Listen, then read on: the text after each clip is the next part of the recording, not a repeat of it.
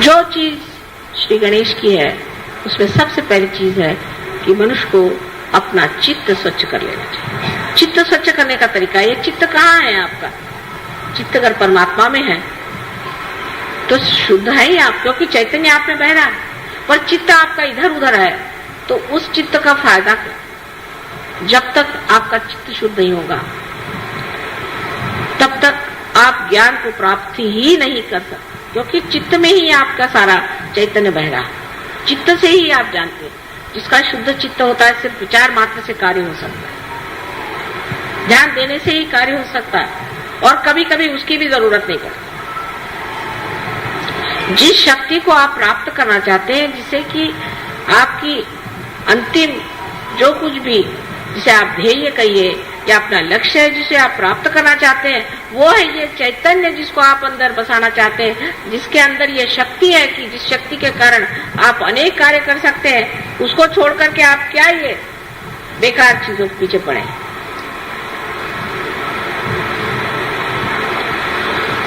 चित्त सारा इसमें रहेगा कि सहयोग में आने से हम कितने रुपए पैसे कमा सकते हैं, नहीं तो क्या क्या चीज मार सकते हैं। उससे जरा ऊंचे उठे तो इस पे चित्त रहेगा कि हम किस तरह से अपनी बीमारी ठीक कर लें। उसके बाद और चित्त उठा तो ज्यादा से ज्यादा ये कि माँ के दर्शन होने चाहिए। अब हर जगह से, कभी औरंगाबाद से तो कभी आपके संगमनेर से तो कहीं से लोग बस आ जमते, दिल्ली से कलकत्ते से जम गए। हम जान करके मुद्दाम, मराठी में शब्द है इसका, कोई और वो नहीं है, पर्याय नहीं, मुद्दामू जान करके हम आए। क्यों आए भाई? मेरे पास टाइम नहीं है यहाँ मुद्दामू ना आए कि सबसे लड़ाई करने का, कि माँ के दर्शन, हम दर्शन करें। दर्शन तो तुम्हारे हृदय में ही हो सकते हैं। अरे तुमको इतनी शक्ति दे दी, उसके ही दर्शन करो, वो बहुत है। हम तो शक्ति ही है ना, हमें निराकार में तुमने प्राप्त नहीं किया है, इसलिए दर्शन चाहिए। कि बैठ करके घंटों इधर की बात उधर की बात समय बर्बाद करना क्या जरूरत है? शक्ति स्वरूप होने में आप स्वयं शक्ति हो सकते हैं, लेकिन ये रुकावटें कब जाएंगी और कब हम समझेंगे कि हम स्वयं वो शक्ति स्वरूप हो सकते हैं और हमारे अंदर इतनी शक्तियां हैं, उसके अंदर हमें रमान होना चाहिए, जिसके कारण कुछ भी न करते हुए सारा काम हो जाए। लेकिन ये विचार दिमाग में नहीं आ सकता आसानी से। अज्ञान ही नहीं है, सिर्फ अज्ञान हो तो मैं कहूँ ठीक है, सिर्फ अज्ञान ही, अज्ञान ही नहीं है, लालच जो जकड़े हुए हमें, और दूसरी ममता, माया, ये मेरा लड़का, ये मेरा बेटा, ये मेरी बेटी। और जिस वक्त आप इसे सोचते हैं तब ये सोचना चाहिए कि हम माँ के भी तो बेटे हैं, उनकी भी तो बेटी हैं, और उनके ही हम आप बेटे हैं। सहयोग में आने के बाद आपका जीवन बदल गया, आप दूसरे खानदान में चले गए, आपका घर बदल गया, आपका गोत्र बदल गया, आपकी जाति बदल गई, आपका धर्म बदल गया, आप पूरी तरह से बदल करके एक नए हो गए, नए मानव हो गए हैं। वो क्यों? क्योंकि आपकी माँ जो है उसने आपको जागृति दी, तो आप सब पूरी तरह से बदल गए। जैसे एक गणेश जी को बनाने से हमारे हजारों काम, करोड़ों काम हो जाते हैं, क्योंकि उनके अंदर पूर्णतया माँ पे ही श्रद्धा, माँ के ही लिए सब पूर्णतया शरणागत होने की स्थिति है। सो जब तक वो शुद्धता हमारे हृदय में नहीं आएगी, जब तक हमारे मन में हम उस शुद्धता को प्राप्त नहीं करेंगे, तब तक वो शरणागति आएगी नहीं। ये तो ऐसा ही है कि जब तक आप गंगा पर नहीं जाएंगे और उसमें गगरी नहीं डुबाएंगे और गगरी के अंदर अगर जगह नहीं होगी तो उसमें पानी कैसे आएगा? ये सीधा हिसाब। सो जरूरी है कि हम अपने चित्त को शुद्ध करें, और चित्त को शुद्ध करके वो शुद्ध चित्त ही हम अपने माँ को दे सकते हैं। अशुद्ध चीज से तो हमें तकलीफ ही होती रहती है। और जब शुद्ध चित्त होता है तो आपको आश्चर्य होता है कि आप स्वयं ही एक पुष्प की तरह महकते रहते हैं।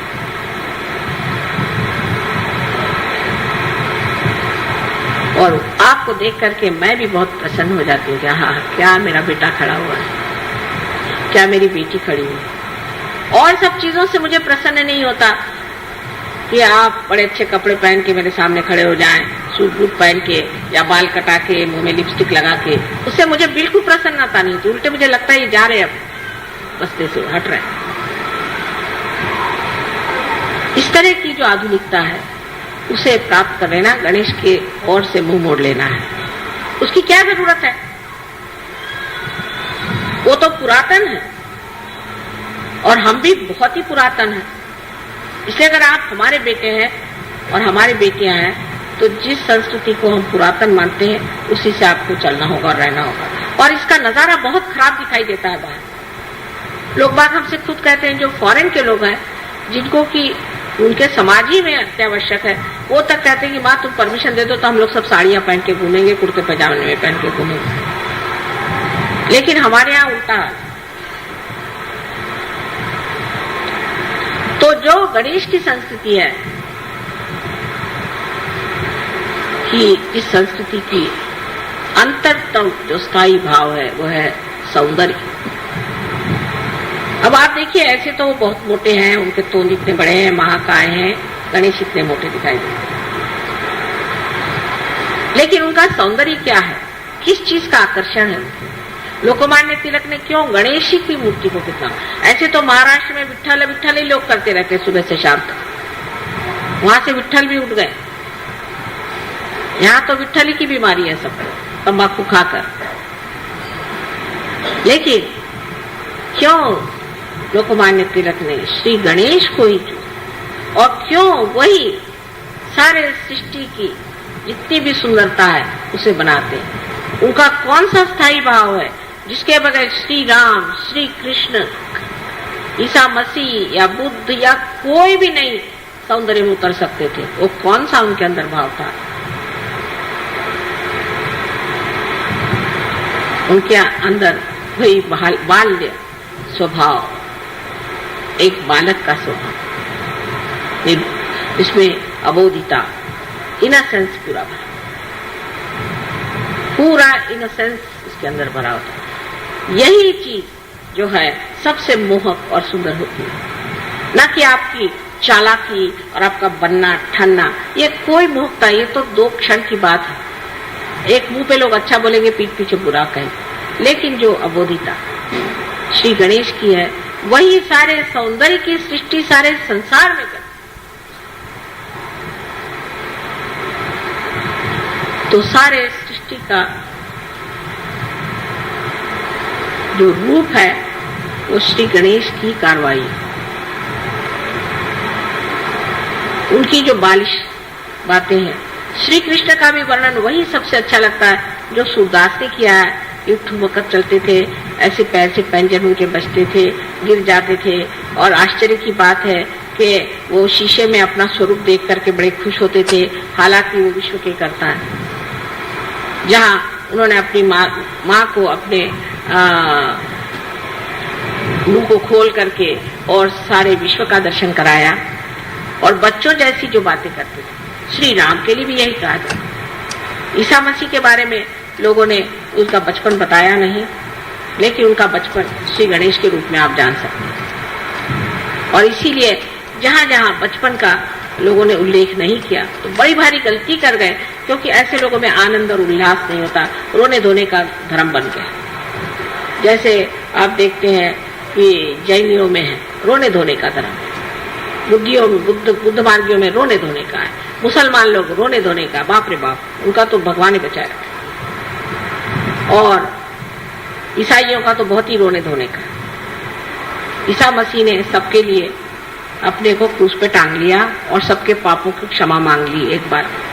अब आपको आश्चर्य होगा, ऐसी ऐसी जगह है जहाँ ईसा मसीह को तो टांग नहीं सकते तो खुद ही टंग लेते हैं, और बड़े प्रोसेशन के साथ वो टंगा हुआ आदमी सब दूर घुमाया जाता है। बताइए, इस तरह के तमाशे करने से क्या आप ईसा मसीह को प्राप्त कर सकते हैं? सो जो आनंद है, उस आनंद के प्राप्त करने के लिए सर्वप्रथम आपको गणेश जी जैसे होना चाहिए। उसकी ओर कौन ध्यान देता है? आज पूजा के बाद भी क्या आप सोचेगा कि माँ ने हमसे बताया कि हमें गणेश जी जैसे अबोध होना चाहिए। चलो कोई आपको ठग भी ले, हमें भी बहुत लोग कहते हैं कि माँ आप बहुत सीधी हैं, आप बहुत भोली हैं, आपको लोग ठग लेते हैं। मुझे ठगने वाला अभी तक पैदा नहीं हुआ, लेकिन मैं जानू तो कि तुम कैसे ठग हो, नहीं तो मैं जानूंगी कैसे कि ठगी क्या होती है, क्योंकि मुझे तो मालूम ही नहीं ठगी चीज क्या होती है। जब ये मुझे ठगते हैं तब मुझे पता रहता कि ये ठग है और ये ठगी होती है। फिर उधर चित्त देने से वो ठग भी खत्म हो जाता है और ठगी भी खत्म हो जाती है।